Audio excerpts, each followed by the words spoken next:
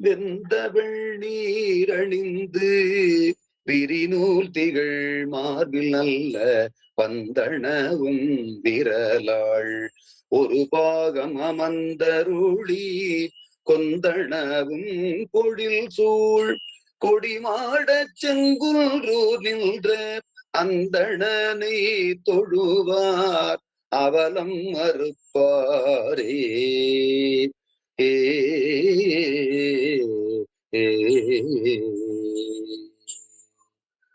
திருச்சிற்றம்பலம். ஐயா சிவாய நமக்கு அடியார் பெருமக்களுக்கு வணக்கம். எல்லாம் வல்ல சிவகாமி அம்மையுடனாகிய அம்பலமான பெருமானது திருவருட்பெருந்தருமையினாலும் அருபான்மும்மை நாயன்மார்களது திருவருளினாலும் வேறூர் மணிவாசகர் அருட்பணி மன்றம் நடத்துகின்ற சைவ பாட வகுப்பில் இணைந்து மெய்கண்ட நூல்களில சில நூல்களை சிந்திக்கக்கூடிய மிகப்பெரிய சிவபுண்ணியத்தை நாம் பெற்றிருக்கிறோம். இந்த புண்ணியத்தை கருணையோடு வழங்கியருடைய திருவருளையும் குருவருளையும் போற்றி கேட்டு சிவபுண்ணியம் பெறுகிற தொண்டர்களின் திருவடிகளையும் திறமேல் கொண்டு மனம் மொழி மெய்களாலே வணங்கி வருகிறேன். நண்பர்களே, நாம் படிக்கின்ற சைவ பாட வகுப்பினுடைய நெறியாளரும் படிக்கின்ற நூல்களின் உரையாசிரியருமான முதுபெரும் புலவர் முனைவர் சென்னியப்பனாரையா அவர்களின் திருவடிகளையும் நூலாசிரியர் மணவாசங்கடந்தார் அவர்களின் திருவடிகளையும் மெய்கண்டம் சிவம் உள்ளான சந்தானப்படவர் திருவடிகளையும் நாம் அனைவரும் வணங்கி வருகிறோம். நண்பர்களே, மெய்கண்ட தேவநாயனாருடைய மாணவர்களில் ஒருவரான மணவாசங்கடந்தார் அருளி செய்த உண்மை விளக்கம் என்ற நூலை நாம் சிந்தித்துக் கொண்டிருக்கிறோம். உண்மை விளக்க நூல் ஆசிரியரிடத்துல மாணாக்கன் முன்னமே கொஞ்சமாக தெரிந்திருந்தவைகளை விளக்கமாக தெரியும் பொருட்டு சில வினாக்கள் கேட்பதாகவும் அந்த வினாவுக்கு ஆசிரியர் பதில் கூறுவதாகவும் அந்த பகுதி சிறப்பாக நடைபெற்றிருக்கிறது. அதில் ஆறாறு தத்துவம் ஏது, ஆணவம் எது, மாறா வினை ஏது, மற்றவற்றின் ஏது, ஏது நாறு நலன் ஏது, அஞ்செழுத்துதான் ஏது, தேசிகனே சாற்று என்ற 7 கேள்விகளிலே முதலாவதாக சொல்லப்பட்ட கேட்ட ஆறாறு தத்துவம் ஏது என்ற வினா. அந்த ஆறாறு தத்துவம் 36 தத்துவங்கள். அந்த 36 தத்துவங்கள்ல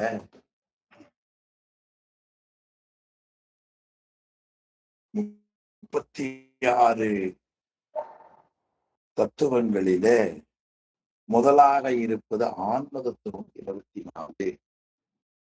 ஆன்ம தத்துவம் 24ல பூதம் 5, புலன்கள் 5,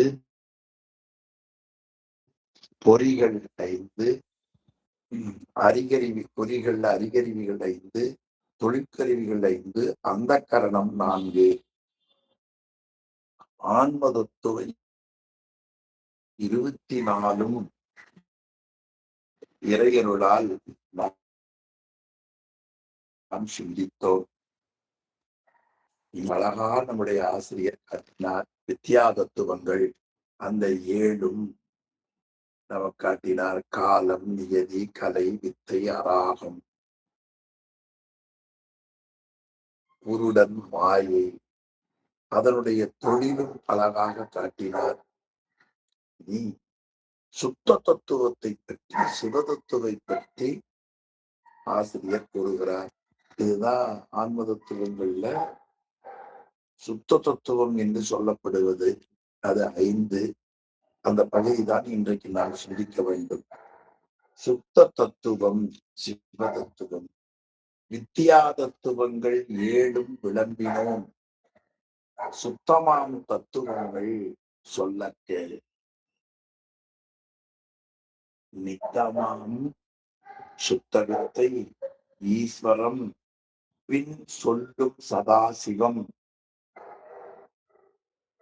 நல் சக்தி சிவம் கான் அவை என்று இந்த திருப்பாட்டுல வித்தியாசங்கள் 7ஐயும் நாம் உங்களுக்கு விளக்கமாக சொன்னோம். வித்தியாசங்கள் எவை, அந்த வித்தியாதத்துவங்களினுடைய செயல்பாடு எவை என்பதையும் 19வது பாடல்ல ஆசிரியர் அழகா காட்டினார். இனி சுத்தமாம் தத்துவங்கள், சுத்த தத்துவங்களை நான் சொல்லுகிறேன், கவனமாக கேட்பாயாக. அவை நித்தமாம். நித்தம் என்பது எங்கும் நிலையாக உள்ளது. இந்த நித்தம் என்பதுதான் பின்னால முத்தி நிலையில் 3 முதலும் நித்தம் என்று கூறினீர்கள் என்று வினா நித்தம் அங்கேயும் வரும். நிலையாக உள்ளது. நிலையாக உள்ள நித்தம், நிலையாக உள்ள சுத்தத்தை 1, ஈஸ்வரம் 2, பின் சொல்லும் சதாசிவம் 3, நல் சக்தி நல் சிவம் கான் ஆகியவற்றால் ரொம்ப சுவைபட, ஓசை சுவைபட இந்த பாடல்ல காட்டுகிறார். உயிர்களுக்கு நன்மையை அருள் செய்வதற்காக இறைவன் தன்னிலையிலே இருந்து திருவருளை இடமாக கொண்டு அவன் உயிர்களுக்கு அறிவு, இச்சை, செயல் ஆகியவற்றை தொழிற்படுத்துகிறான். அதுதான் இந்த சிவதத்துவத்தில் இன்றியமையாமையாக இருப்பது. சிவதத்துவம் மொத்தம் 5: சுத்தத்தை, ஈஸ்வரம், சதாசிவம், நல்ல சக்தி, சிவம். இது இங்கிருந்து வந்தீங்கன்னா சிவம், சக்தி, பிறகு சதாசிவம், ஈஸ்வரம், சுத்தநித்தை. இந்த 5 என்ன செய்யும் என்று கேட்டால் ரொம்ப அருமையா காட்டினார். 20வது பக்கம் பார்க்கக்கூடிய ஆசிரியர், ஆன்மாக்களுக்கு அறிவு, இச்சை, செயல் ஆகியவை இயல்பாக அமைந்தன. எனினும் அவை ஆணவ மலத்தால் தடைபடுகின்றன. பின்னால நெஞ்சு விடுத்துவதுல ஆன்மாவினுடைய அறிவை மறைத்தது ஆணவ மலம் காட்டுவார். ஞானத்தின் கண்ணை மறைத்த கடிய தொழில் ஆணவம் என்று பின்னால உமாபதி சிவம் நெஞ்சு விடுத்துவதுல காட்டுவார். எனவே அறிவு, இச்சை, செயல் இவை இயல்பாகவே உயிருக்கு அமைந்தவை இருக்கின்றன. ஆனாலும் ஆணவ மலத்தால் தடைபடுகின்றன. ஆணவ மலத்தால் தடைபடுகின்றன. அந்த தடையை நீக்கி திருவருள் துணை செய்ய நிலைக்களமாக இருப்பது சுத்தமாயை. அப்ப அந்த ஆணவ மலத்தை நீக்கி திருவருள் உயிருக்கு துணை செய்ய நிலைக்களமாக இருப்பது சுத்தமாயை ஆகும். அந்த சுத்தமாயில இருந்து தோன்றுபவைகள் தான் சுத்த தத்துவம். அப்பொழுது அந்த சுத்தமாயில இருந்து திருவருள் செயல்படுகிற பொழுது அறிவு, இச்சை, செயல் இப்படி 3 வகையாக இருந்து தொழில்படும் உயிர்களுக்கு. அப்பொழுது இச்சை என்பது ஒரே தன்மையாக இருக்கும். இனி எஞ்சி இருக்கின்ற செயலும் அறிவு. அறிவு என்பது ஞானம், செயல் என்பது கிரியை. இச்சை ஒரே தன்மையாக இருக்கும்.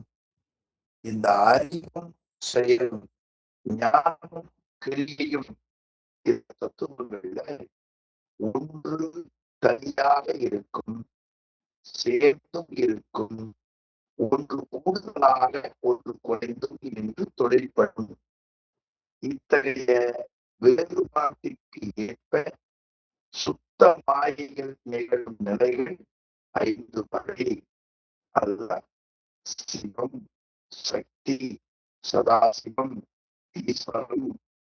சுத்தத்தை சொல்வது அப்போ வேறுபாடு, தொழிற்படுகிற வேறுபாட்டுக்கு ஏற்ப 5 வகைப்படுதல். சுத்த தத்துவம் என்றும் சிவதத்துவம் என்றும் ஆன்ம அறிவை தூண்டிச் செலுத்துவதால் பிரேரகாண்டம், பிரேரக தத்துவம் என்றும் சொல்லப்படும்.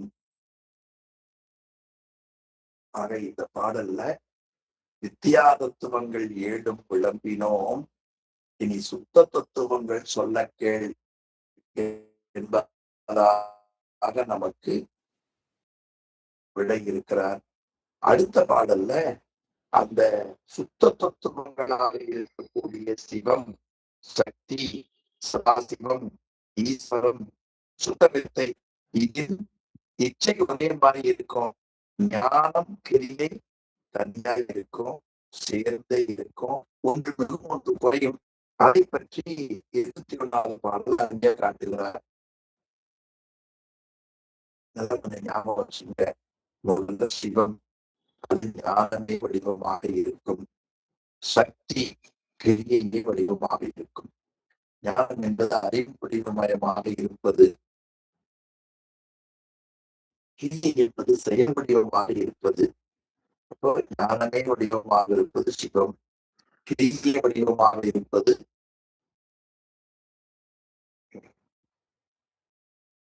சக்தி. ஞானமும் கிரியையும் சரிசமமாக இருப்பது, ஞானமும் கிரியமும் சரிசமமாக இருப்பது சதாசிவம். கிரியை மிகுந்து ஞானம் குறைந்து இருப்பது ஈஸ்வரம். சுத்தவித்தை என்பது ஞானம் மிகுந்து கிரியை குறைவாக இருக்கும். 5 சிவம், சக்தி, சதாசிவம், ஈஸ்வரம், சுத்தவித்தை. இந்த 5ல முதலில் இருப்பது சிவம், ஞானமே.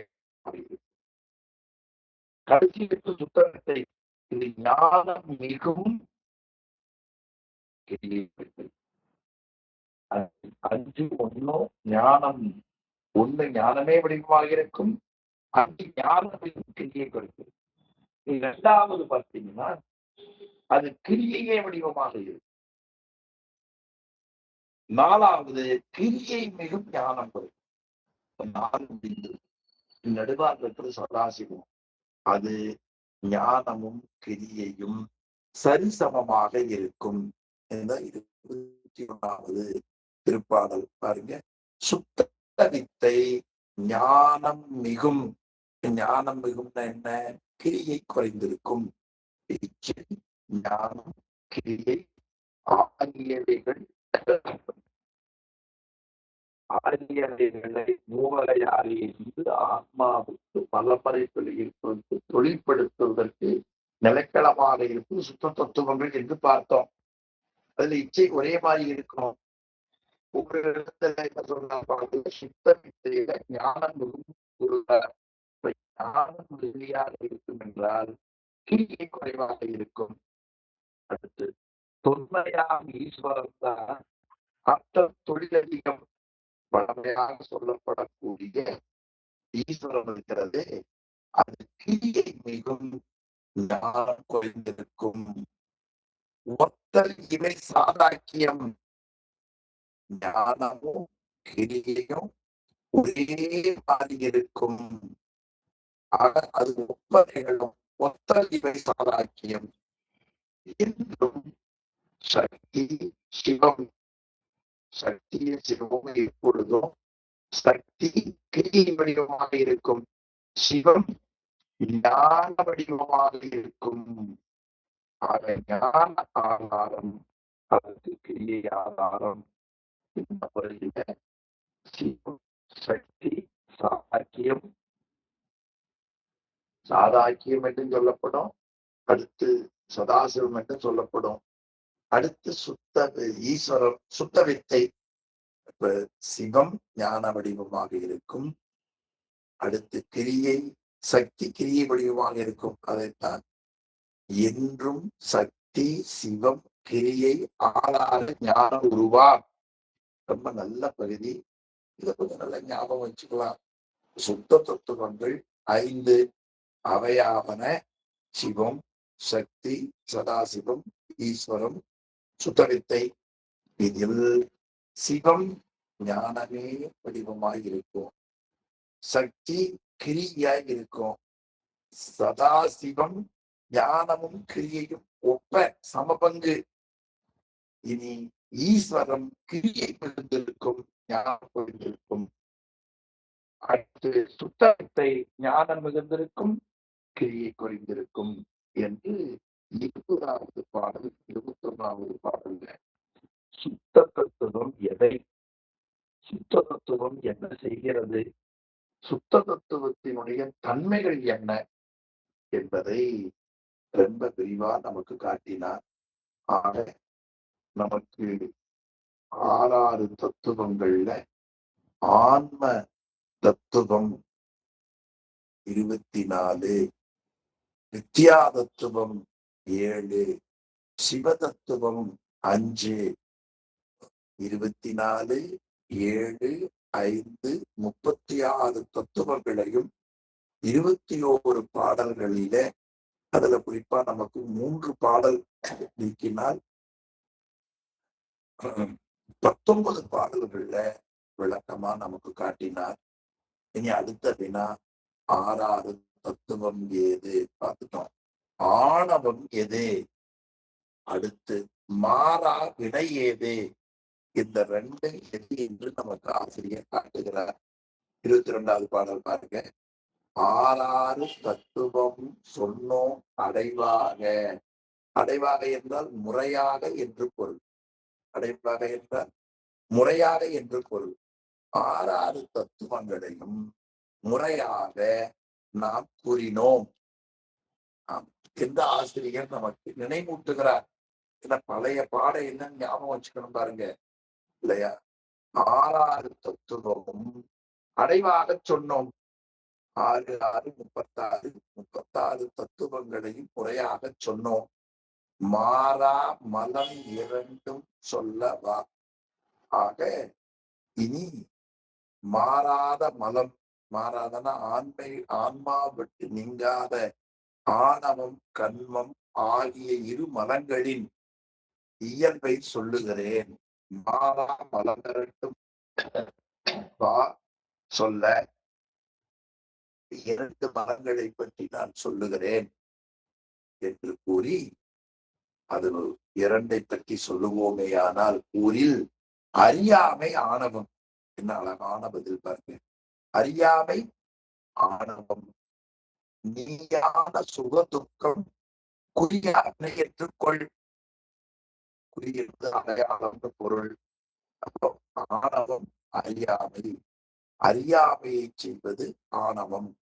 அப்படின்னா ஆன்மாவினுடைய அறிவு விளக்க முடியாமல் ஆன்மாவினுடைய அறிவை மறைத்து அறியாமையை தந்து நிற்பது ஆணவம். உயிர்களுக்கு எப்பொழுதும் அறியாமையை செய்வது எது? ஆணவம். அது பின்னால நம்முடைய ஞான நூல்கள்ல அஞ்ஞானம் காட்டும் ஆணவம் என்று மெய்கண்ட சிவம் கூறுவார். மேலும் அந்த அஞ்ஞானம் காட்டும் என்பதற்கு உரை எழுத வந்த பெரியவர் சிவஞான முனிவர் விபரீத உணர்வை பயக்கும். பாருங்க, நம்முடைய வாழ்க்கையில விபரீத செயல் எப்ப நடக்குதோ அதெல்லாம் ஆணவத்தினுடைய செயல்.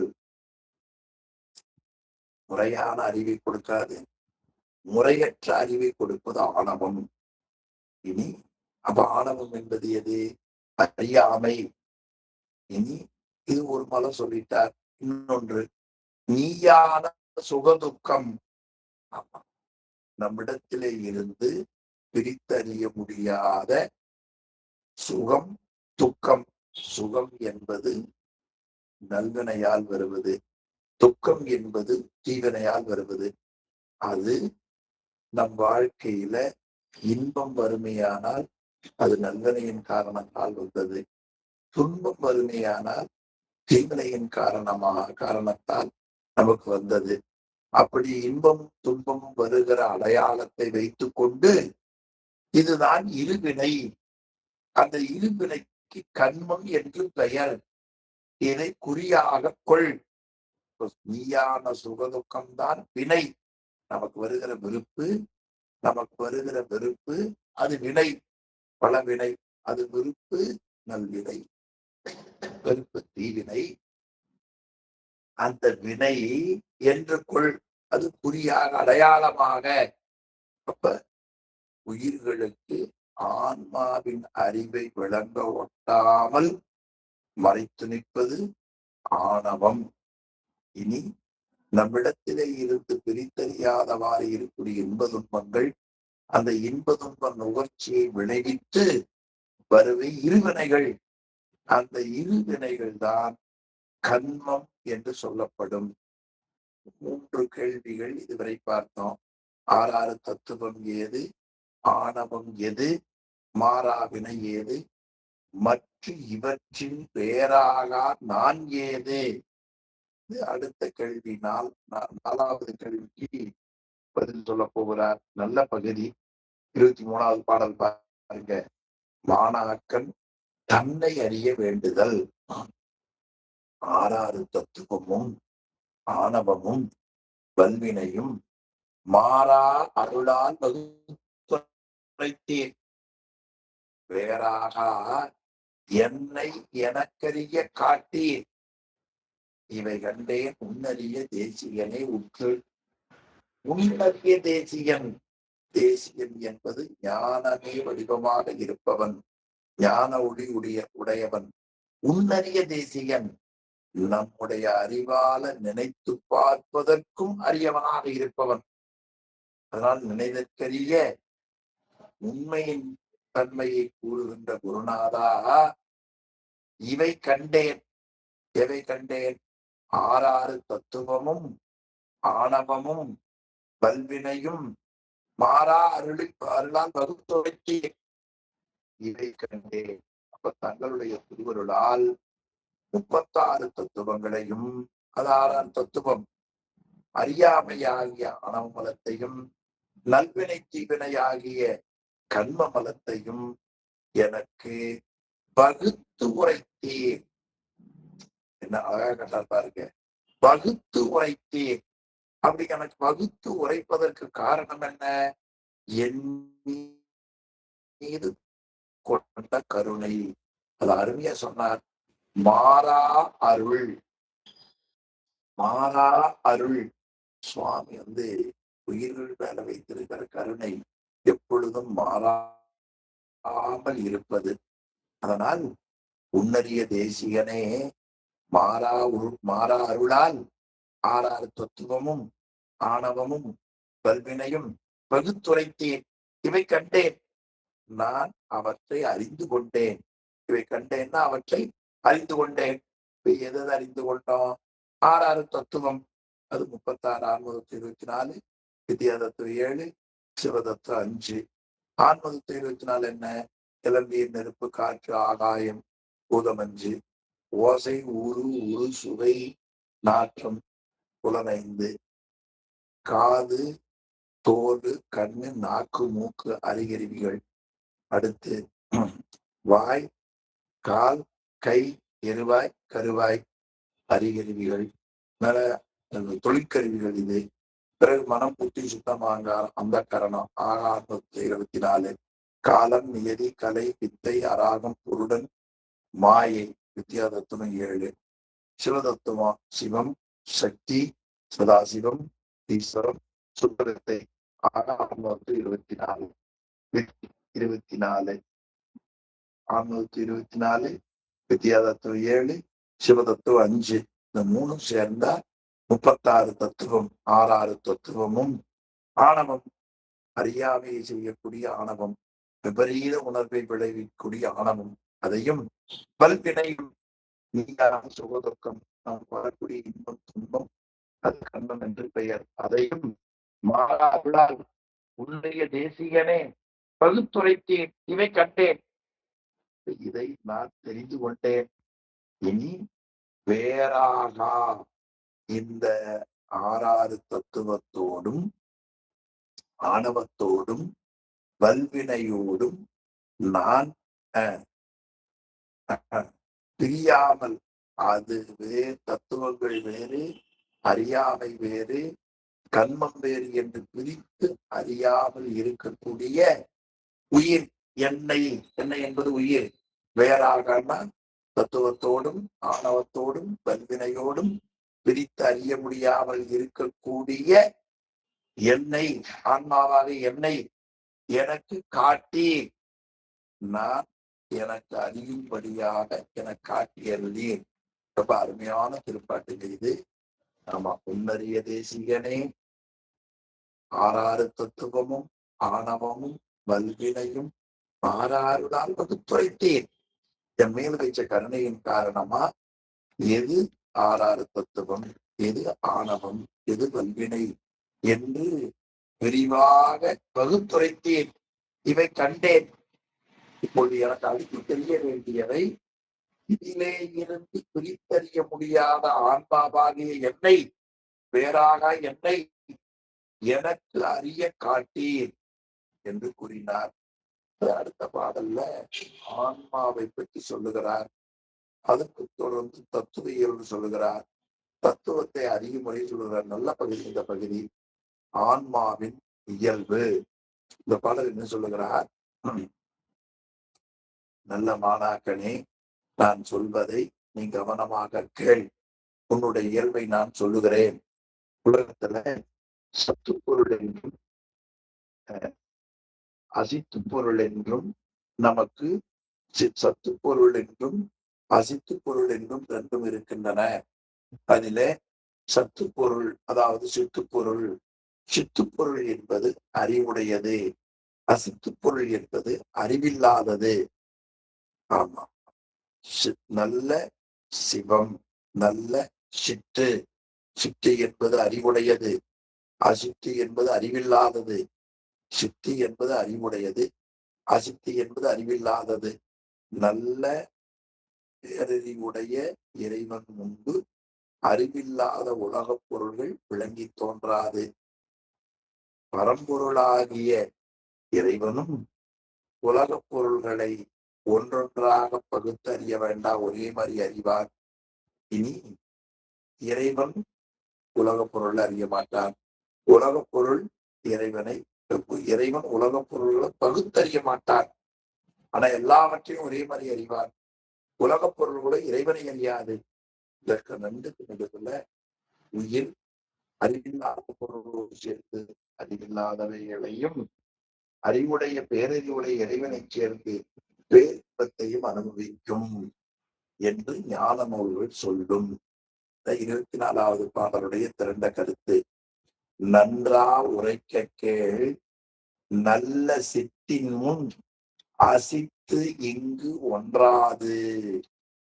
சித்து அசித்தை ஓராது நின்று இவற்றை, ஆமா, நின்று இவற்றை அன்றே பகுத்தறிவது ஆன்மாவே என்று மறை ஓதும், என்று மறை ஓதும் என்று ஆகம நூல்கள் நமக்கு சொல்லும். அதனாலதான் முதல்ல சொல்லும் போதே உள்ளபடி இத்தை உரைக்க கேள் என்கிற பகுதியில தெள்ளிய சீர் ஆகமங்கள் வள்ளலருளால் என்று வாய் மலர்ந்ததுன்னார். அப்படி மறை குன்றாமல் ஓதும். மறை என்பது இங்க தத்துவ ஞானத்தை சொல்லக்கூடிய ஞான நூல்கள் விளக்கமாக சொல்லும். என்ன சொல்லும்? நல்ல சித்தின் அசித்திங்கு ஒன்றாது. நல்ல சித்து, நல்ல சித்தாவது எல்லாவற்றையும் முழுமையாக அறியக்கூடிய சிவம். நல் சிவம் முன்னாடிதான் காட்டா தத்துவத்துல. நல் சிவம், நல் சக்தி. அப்படியே போட்டா நல்ல சித்து. ஏன் நல்ல சித்துக்கு போடணும்? சித்திலே போடலாம் என்றால் சித்து என்பது அறிவுடையது. அறிவுடைய பொருள் ரெண்டு. உயிரும் அறிவுடையது, ஆன்மாவும் அறிவுடையது. ஆன்மா சிற்றறிவுடையது, இறைவன் முற்றறிவுடையவன். அதனால் முற்றறிவுடையவன் என்பதை காட்டுவதற்காக மனவாசங்களிடம் தான் நல்ல சித்தை என்று தொடர் போட்டார், சொல் போட்டார். இப்ப நல்ல சித்தாவது அனைத்தையும் முற்றும் உணர்ந்த சிவம். நல்ல சித்தாவது அனைத்தையும், எல்லாவற்றையும் முற்றும் உணர்ந்த சிவம். அதனால் நல்ல சித்து, முற்றறிவுடையவன். அப்படி முற்றறிவுடையவனாகிய சிவபெருமான் முன்பு அசித்து இங்கு ஒன்றாது.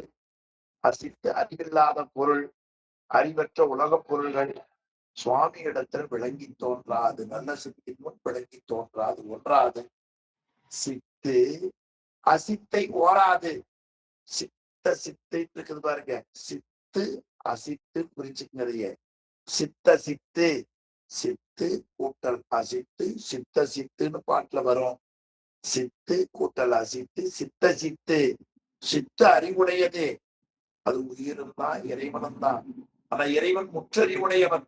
எனவே நல்ல சித்துன்னார். இனி சித்து அசித்தை ஓராது.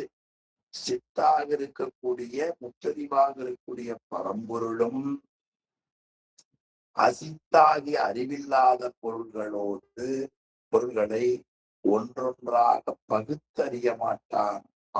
ஓராது. ஓர்தல் ஆராய்தல், ஒன்றொன்ற பகுத்தறியாது. அப்ப இந்த ரெண்டுக்கு நடுவில் நின்று இவற்றை அறிவுடைய நல்ல சித்தாகிய இறைவனையும் அசித்தாகிய உலகப் பொருள்களையும் சேர்ந்து பகுத்து அறிவது ஆன்மா. அப்ப அறிவில்லாத பொருளோடு சேர்ந்து அறியாமையை பெற்றும், துருவர்களோடு சேர்ந்து அறிவை பகுத்து அறியக்கூடிய அறிவை பெற்றும் நிற்பது ஆன்மாவே. அப்ப ஆன்மா நீ அறிவில்லாத பொருளோடு சேர்ந்து அறியாமையை பெற்றும், அறிவுடைய முற்றறிவுடைய திருவருளை சேர்ந்து நல்லறிவை பெற்றும் நீ இருப்பாய். இதுவே ஆன்மா. அன்றே பகுத்தறிவு ஆன்மா என்று ஞான நூல்கள் கூறும் என்று அருமையா காட்டினார். அது கீழ உரையில கொஞ்சம் விளக்கமா காட்டியிருக்கிறார். இந்த உலகம், உடல் முதலியவைகள் அறிவற்றன, உயிர் அறிவுடையது, ஏனையெல்லாம் அறிவற்றன. இது ஞாயிற்றின் முன் விளக்கொளி போல இறைவன் முன் விளக்கி தோன்றாது. ஞாயிறு போல இறைவனும் உலகம், உடல் முதலியவற்றை முழுமையாக இயல்பாக அறிவானே தவிர சுட்டி அறிய மாட்டான். சூரியன் தோன்றுது, தனித்தனி பொருளா போக்கஸ் பண்ணுது. எல்லா பொருளையும் ஒரே மாதிரி அதை வெளிச்சம் காட்டு. எனவே இந்த ரெண்டுக்கு நடுவுல உயிராகிய ஆன்மா உடல் முதலிய கல்விகளோடு சேர்ந்து உலகத்தில் வாழும் போது சிற்றறிவுடையதாக இருக்கும். இறைவனை சார்ந்த பொழுது முற்றறிவுடையதாக இருக்கும். இறைவனை சார்ந்த பொழுது முற்றறிவுடையதாக இருக்கும். உலக பொருள்களை சாருகிற பொழுது சிற்றறிவுடையதாக இருக்கும் என்று இந்த திருப்பாடல்ல காட்டுகிறார். அப்ப இறைவனும் அல்ல, அறிவற்ற பொருளும் அல்ல. அறிவற்ற பொருளுக்கு வேறாகவும் இறைவனுக்கு வேறாகவும் இருப்பது ஆன்மா. உலக பொருளோடு சேருகிற பொழுது சிற்றறிவுடையதாகவும், திருவருளோடு சேருகிற பொழுது முற்றறிவுடையதாகவும் இருப்பது ஆன்மா என்று அருமையா காட்டினார். பின்னால சிவஞான போதத்துல 7ஆம் நூற்றா விரிவாக காட்டுகிறார் மெய்கண்ட சிவம். அது பாடல் இங்கே மேற்கோள் காட்டியிருக்கிறார். நம்ம சிவஞான போதம் படிக்கிற பொழுது சிந்தித்துக் கொள்வோம். திருவருட்பயனிலேயும் ரொம்ப அருமையான ஒரு பாடல். சத்து அசித்தை சாராது, அசத்தறியாது, அங்கனில் உயிர்த்தல் சதசத்தான், உயிருக்கு சதசத்தின் பேர். அதெல்லாம் திருவருட்பயனில் பார்க்கணும். பாடலுடைய கருத்துப்படி நாம் நினைவு கொள்ள வேண்டியது, முற்றறிவுடைய இறைவன் அறிவற்ற உலகப் பொருள்களை ஒன்றொன்றாக பகுத்து பார்க்க மாட்டார். முற்றறிவுடைய சிவத்தின் முன் அறிவற்ற உலகப் பொருள்கள் விளங்கி தோன்றாது. இந்த ரெண்டுக்கு நடுவில் இருக்கிற ஆன்மாதான் உலகப் பொருள், உடம்போடு கூடிய உலகப் பொருளோடு அனுபவிக்கிற பொழுது சிற்றறிவுடையதாகவும், திருவருளை சேர்ந்த பொழுது முற்றறிவுடையதாகவும் இருக்கும்.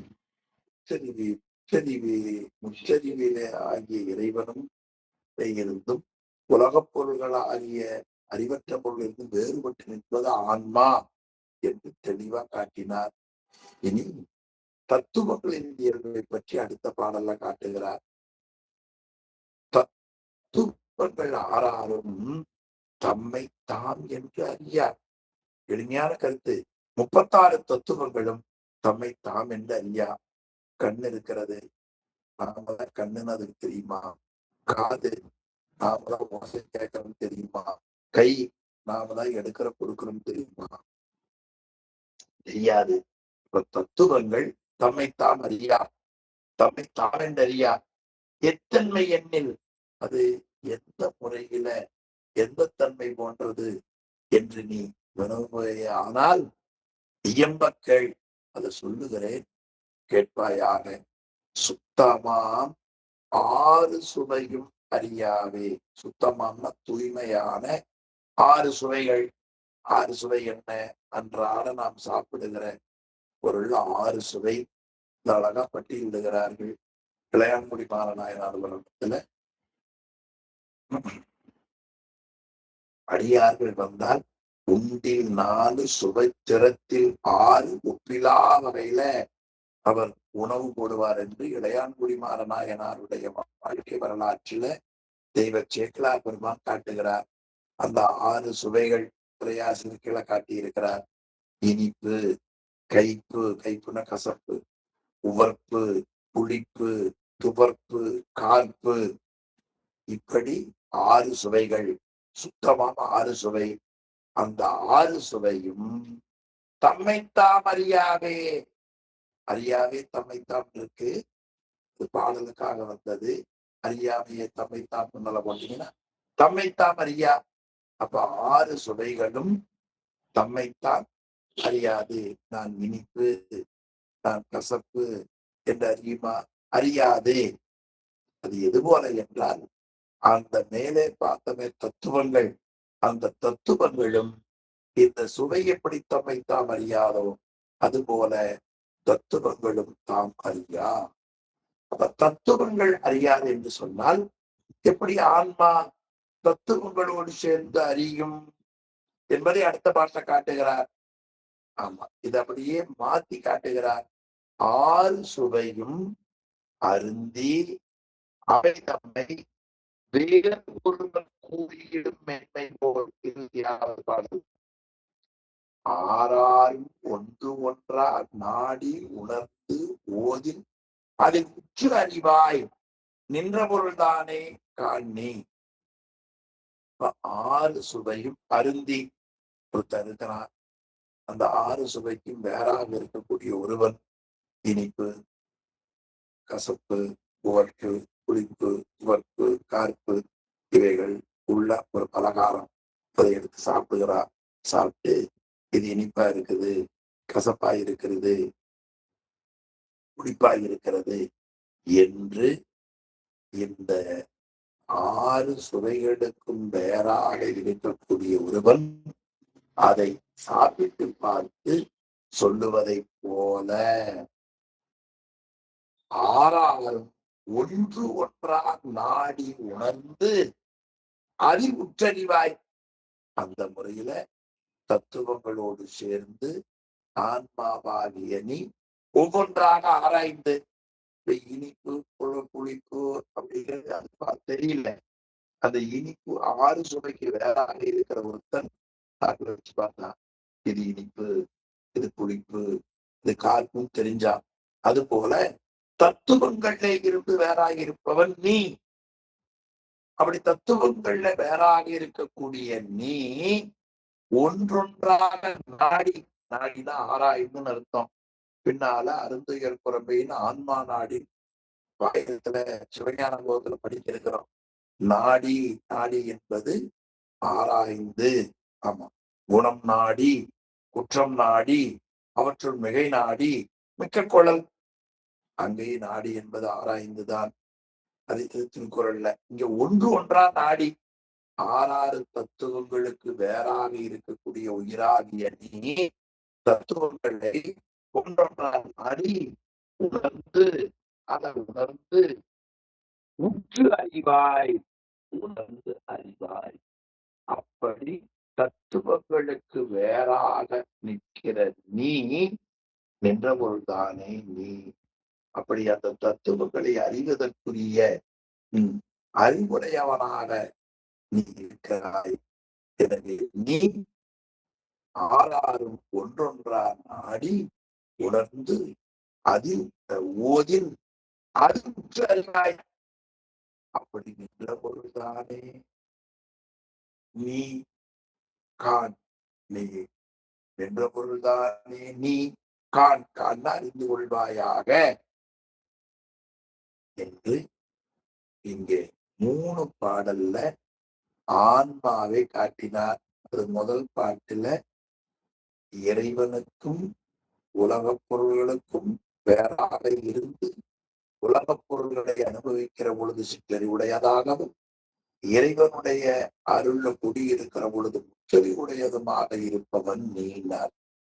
இப்ப தத்துவங்களோடு எப்படி உயிர் சேர்ந்து அறியும்? அது தத்துவங்கள் தம்மை தாம் அறியா. நாக்கு நான் தான் நாக்கு அறியுமா? அறியாது. அது எது போல என்றால் 6 சுவை இருக்கின்றது. 6 சுவையும் தம்மை தாம் அறியாது. இனிப்புனா இனிப்புன்னு அறியாது, கசப்புனா கசப்புன்னு அறியாது.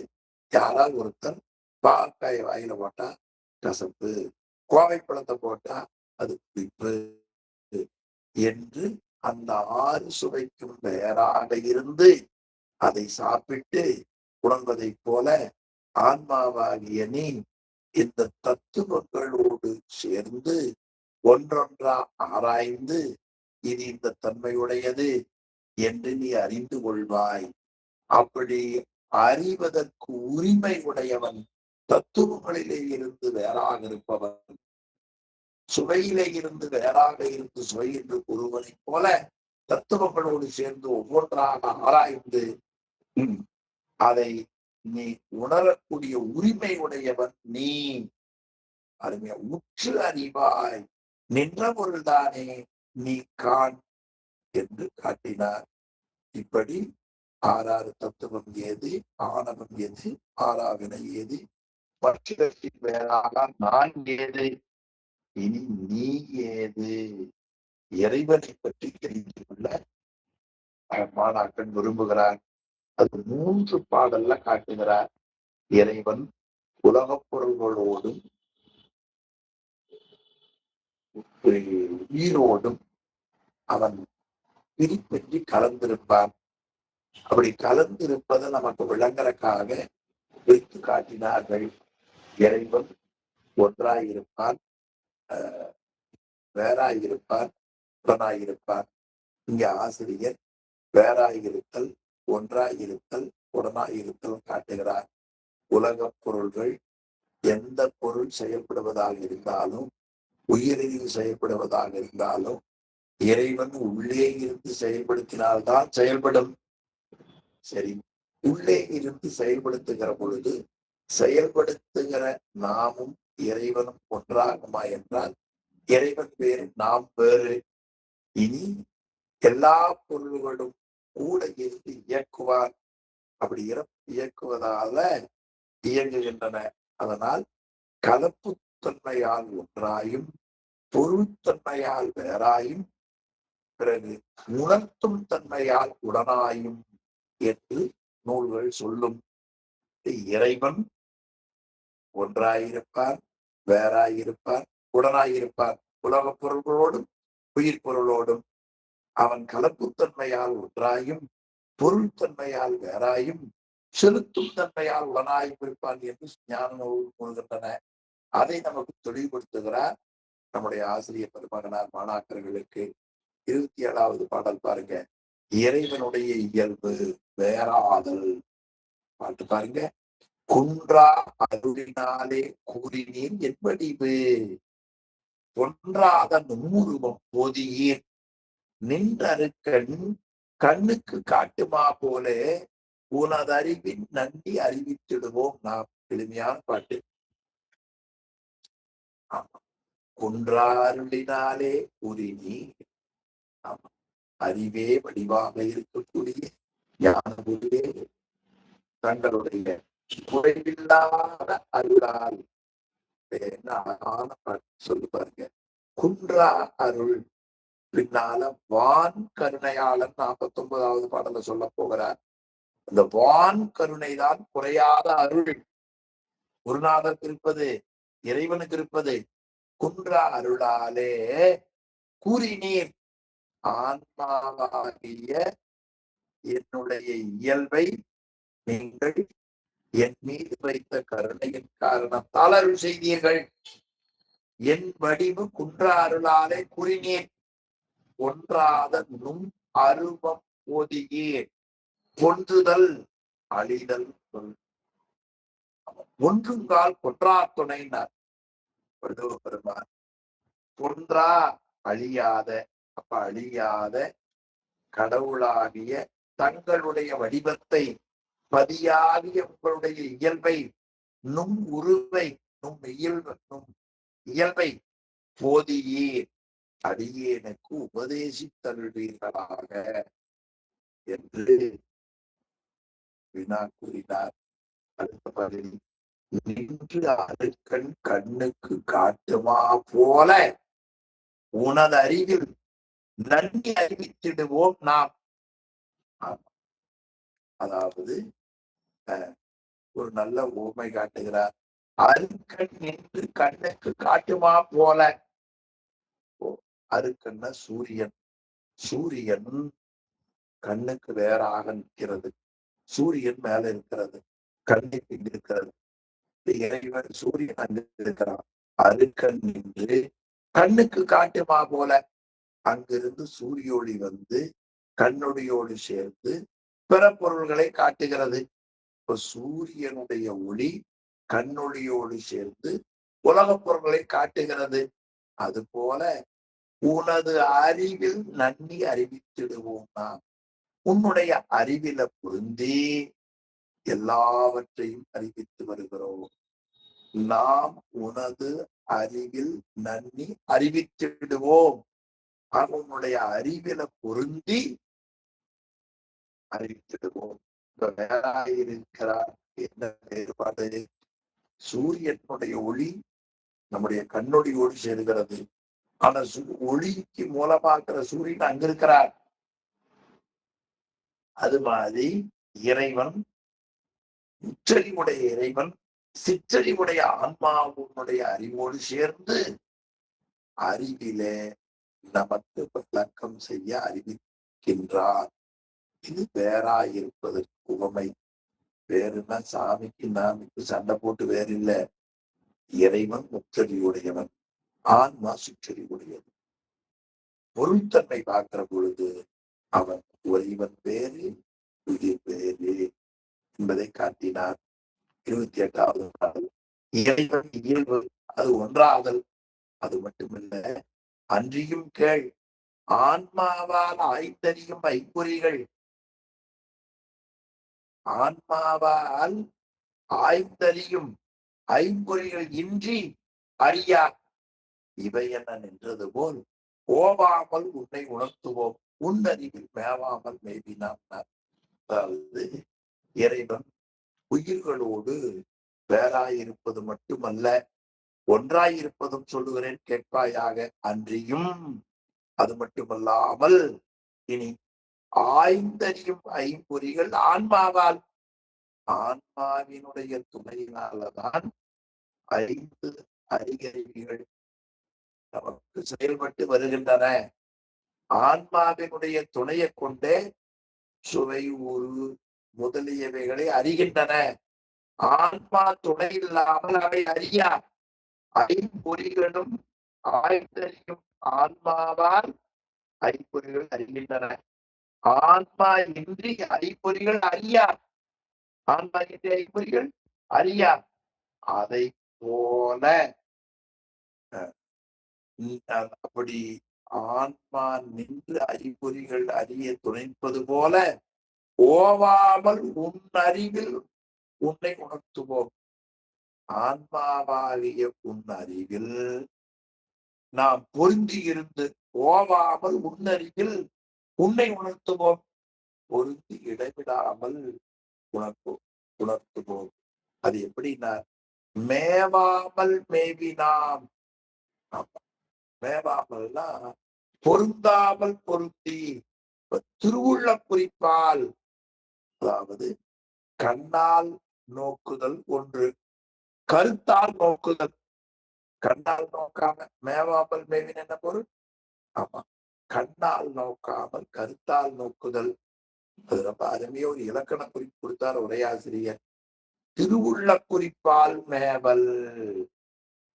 கண்ணால் நோக்காமல் கருத்தால் நோக்குதல் தான் மேவாமல் மேவி. எனவே நூலை கண்ணால் நோக்கி ஆசிரியர் கூறியதை கருத்தால் நோக்கி நாம் நன்மையை பெறுவோம்.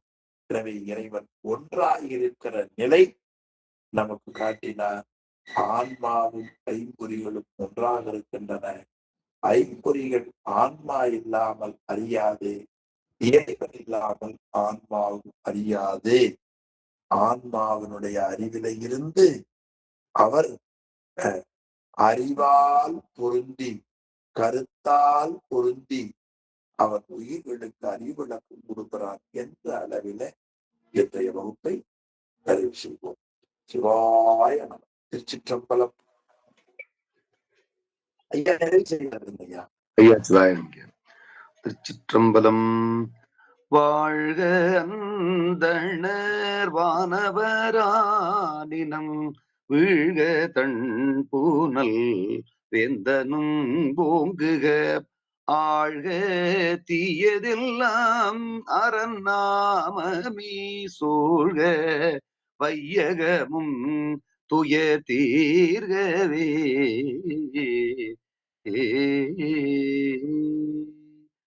திருச்சிற்றம்பலம். தென்னாடுடைய சிவனே போற்றி, எந்நாட்டவர்க்கும் இறைவா போற்றி, ஏகம்பத்துரையந்தாய் போற்றி, பாகம் பெண்ணுரு ஆனாய் போற்றி, காவாய் கனகத்திரளே போற்றி, கைலை மலையானி போற்றி போற்றி.